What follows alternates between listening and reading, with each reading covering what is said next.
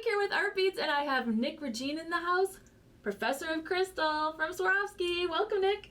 Hi, Crystal. Good to see you. I'm happy to be here. Oh, we're happy, and we're really excited to see what you're going to share with us with Cerulean epoxy clay. Looking forward to it. Going to be happy to show you a lot of different techniques using this clay, and I'm so excited, so thanks for having me. Sure, let's get going. Sounds good. So Nick, can you show us how you made this? I love this piece. It's gorgeous. I certainly will.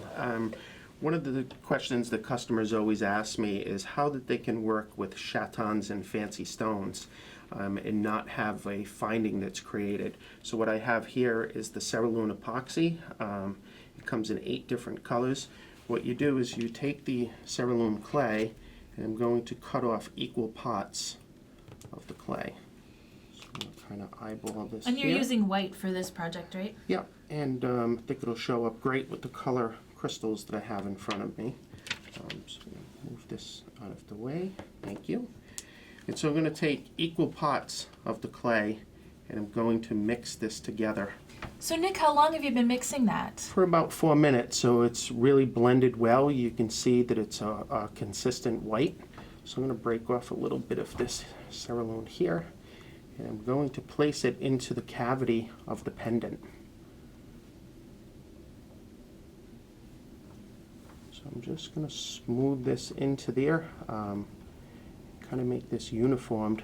What I'm doing is this is actually going to be like my finding where I could insert now the chatons and also the fancy stones. So I'm just going to come and smooth this down into here. And I love working with the clay. It's just a great medium. I like how it's so portable. You can put it almost on every surface, can't you? You can. It's really a great product to work with. Once we press the fancy stones and chatons into there, about an hour and a half to 2 hours later, they're going to be set. You definitely want to go anywhere from 24 to 48 hours. Just let it harden until that you start to wear your pendant. With any type of adhesive, there is a time that you need to allow that to truly set up, and with most adhesives it is 24 hours. So now I'm going to pick up my tanto, and this is a wax stick. What I like about this is it's really small, the tip on the end. So I'm just going to start to pick up the crystals and press it into the clay. What I like about this is that I can push the crystals right up against one another using different sizes, and I really want to put these close and pave this, so I'm really trying to hide the white clay. So, Crystal, would you like to try to do so? Sure. Look at that.